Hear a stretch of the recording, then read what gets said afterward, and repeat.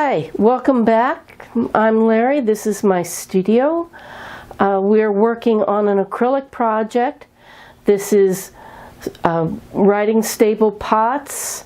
We're in the final stages of doing this. I realized that I had forgotten to mention that if you are wanting to follow along with this, if you go to my blog spot, you will find a link that will have the picture and a drawing for this. And you might also want to just kind of scroll back through some of my blog spot, because I've been writing up a recap of everything we do in class, and I know a lot of my students find it very useful. So feel free to scroll through there and see if that helps you. What I'm going to do now, I know it's a little hard to see, is I've underpainted these plants in the pots, and I'm going to be using smaller brushes. This is like a number 2 flat sable brush. And down on my palette I've mixed my sap green with a little bit of yellow and a tiny touch of orange. That orange just softens the color. And then I'm going to come up here and I'm going to start picking out leaves, and I'll be using all portions of the brush here. Like I can be up on the end of it and then push and lift, push and lift. The faster you do this, the better it kind of looks. Most of what you're doing when you're painting is creating the illusion of something.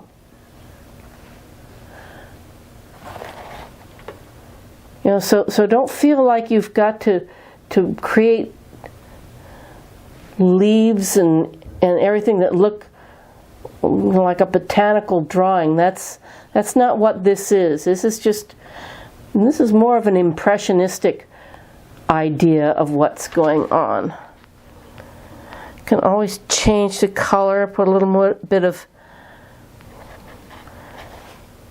Hooker's green in it. Oops, I picked up the wrong color there. Hooker's green, you know, a little bit of red. That just makes a little bit different color, a little darker, a little too dark. So I'll put a little yellow in it. The leaves aren't all one color. They overlap. Some of them are new, some of them are old and dying.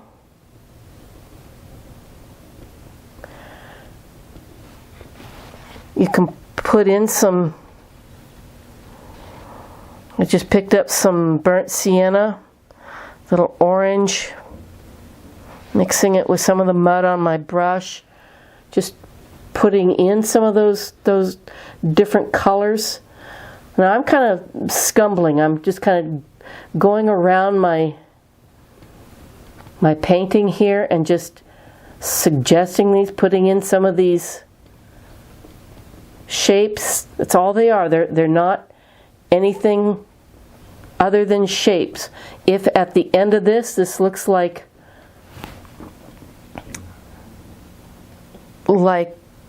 leaves, then fine, you've done your job.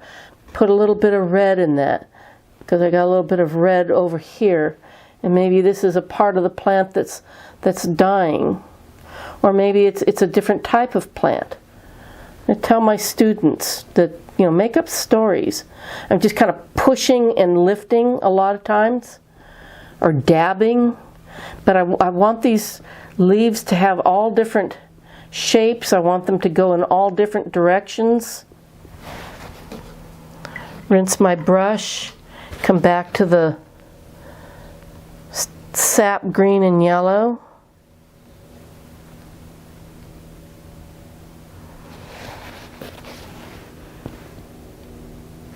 That might be a little bit too bright. This will kind of die down a little bit as you paint. You can also use a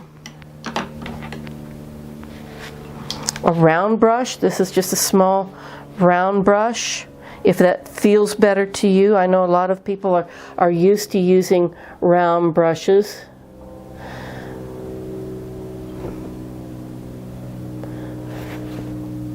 Now, the more water you put in your paint, the darker it will dry. So I've got quite a bit of water in there. I'm just kind of scumbling over this. I don't want to sit there with my nose up on the thing trying to make these perfect little leaves. That's not going to work. All right, that's going to make your painting look really overworked. Even when you're doing detail, you know, if you're a very detailed artist, you still want to keep some of that distance, a little more spontaneity in what you're doing. This brighter color makes it look like the sun's hitting some of these leaves. And pick up some straight yellow and put that on there. In places, don't overdo a color. You can even hit some, just kind of tap along the edge of some of these trees in the background, like the sun might be hitting those. I would come back in and just kind of hit them with my fingers so that they're not too bright and everything. But you know, this is where you get to make some decisions. What do you want to do with this? Picking up some orange on that same brush. It's got yellow on it, it's got a little bit of green, so it's not going to be a bright orange. Put some of those in there. Like I said, this could be a different type of plant. It could be part of the plant that's dying. You know, if these are kind of just been sitting there.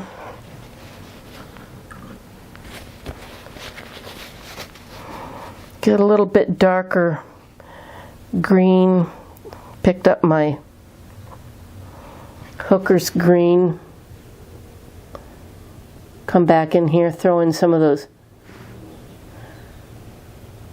darker colors.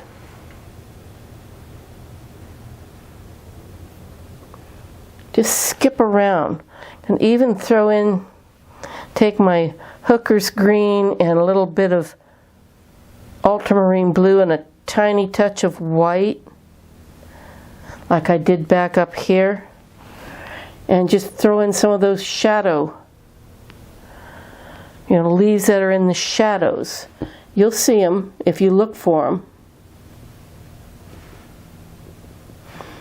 There's going to be some shadow leaves back behind this plant.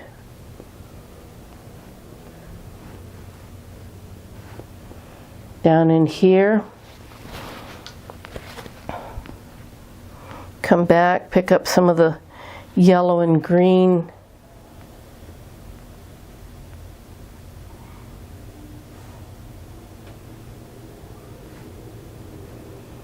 Just make little marks. Some of these are just little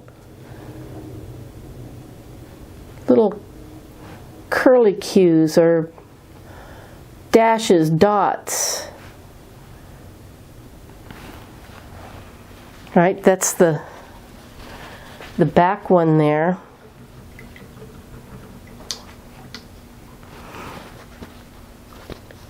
I'm going to stop now so I can focus in a little closer on this pot, and then maybe that way you can see my brush strokes a little bit easier. But that's the back pot.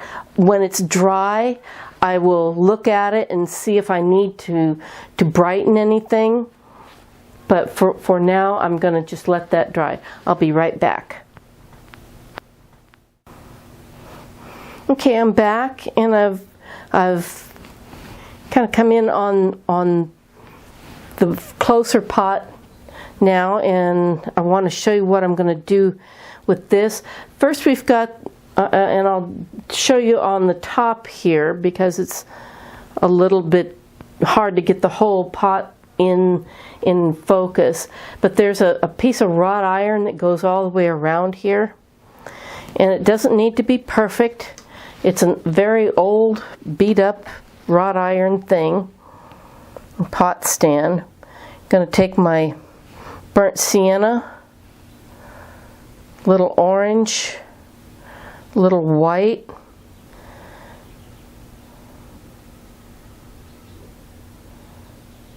I'm just making kind of a light rusty color.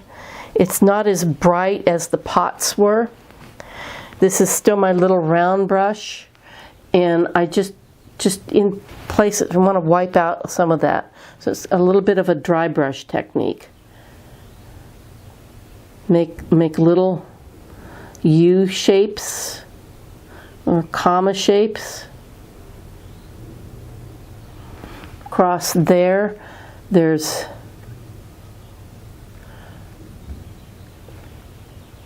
the front of this. Oh, you can't see that. I'll try to keep it up there. But I'm just where I see the sunshine. As it goes around, it gets a little bit lighter until you almost don't see it anymore. Let's see, can you see this? No, I'll come down later and show you what I'm doing down here. This is kind of dull, so I'm not too worried about it. Now I'm going to come up here. There's leaves and twigs. These leaves tend to be a little bit more on the kind of the orangey side or the burnt sienna side. So I'm just adding a little more burnt sienna to the light green I had. So it's going to be burnt sienna, little sap green, little yellow. And these are kind of long, so I'm just going to make a whole series of these little long strokes. Let's see if I can get out of the way here.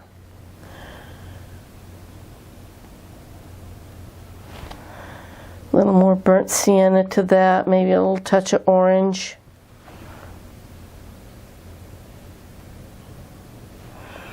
I don't know what kind of bush this is, but it had these long, almost like bamboo, but it wasn't a bamboo. Maybe it was some type of a reed.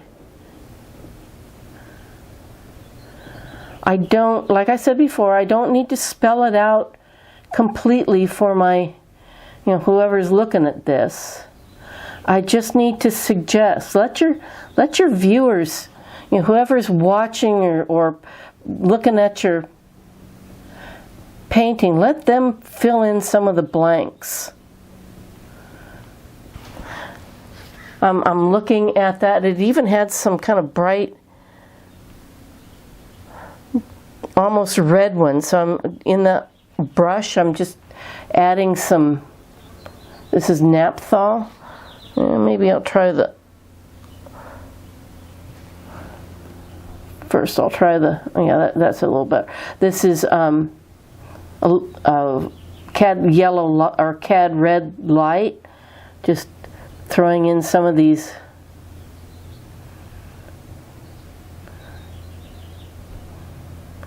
little red ones, and if you put them in one place, put them someplace else. If you just put them in one place, it becomes a unique color, and it will draw the eye. But remember that if you want somebody to look at a certain spot on your painting, put in a color that you aren't using anyplace else, and it will draw the eye. So I'm just making little long strokes, just little dashes. And then I'll come back to my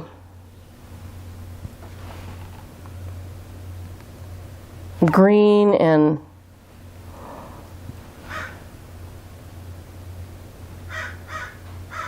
burnt sienna.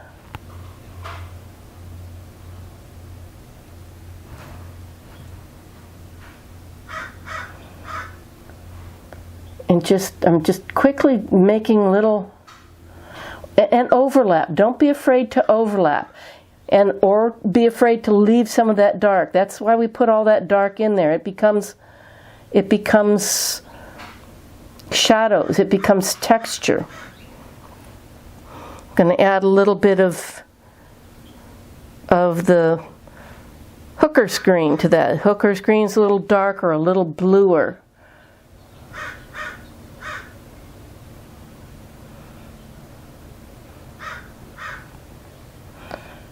This will be going around towards the shadowed side.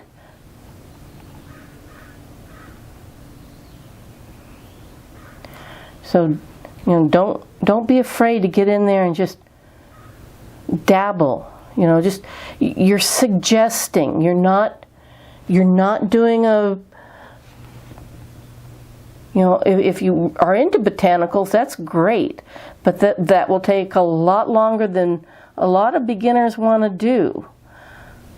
I can do things that are very realistic if I set my mind to it, but I've gotten to where I enjoy doing this kind of thing.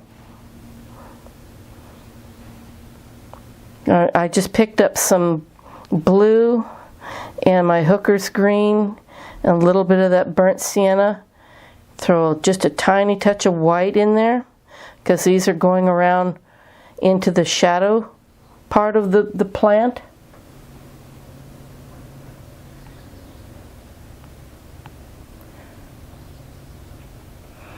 This is a more impressionistic look, and it's scary. I know the first time I started doing things like this, I was going, ah! But then after I did it a few times, I really kind of liked what I was seeing. It was a little bit looser and free. Everybody says, oh, I want to be loose and free. And then they try it and they get scared. Don't be afraid. You're not going to hurt anything. You can't hurt anything with this. If you don't like it, get out your gesso, paint it out, and try it again. Just picked up a little more blue. Throw some more of that blue back in here. And throw it in. And it's one of those things we all go through. We have to experiment. That's what we do as artists. We want to grow. We want to try new things. But when you're learning, you just kind of, oh my God, what is she trying to get us to do? Now I'm going to pick up some alizarin crimson and mix it in with that blue and green, and just throw some of those redder colors in on that side. Put them in where I see shadows.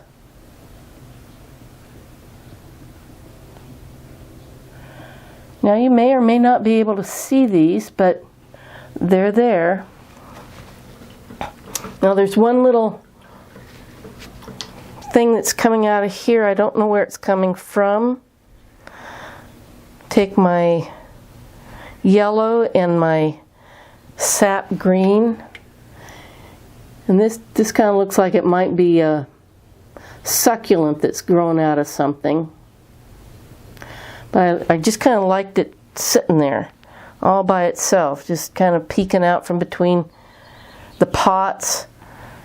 Red and green are complementary colors. So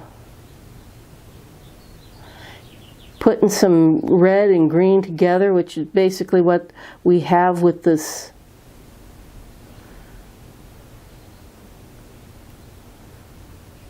burnt sienna and these greens, kind of a red and green, gives it a pleasant look. So I'm going to stop, let this dry a minute, and I want to refocus so that I can show you what's going on with the pot below. So I'll be right back.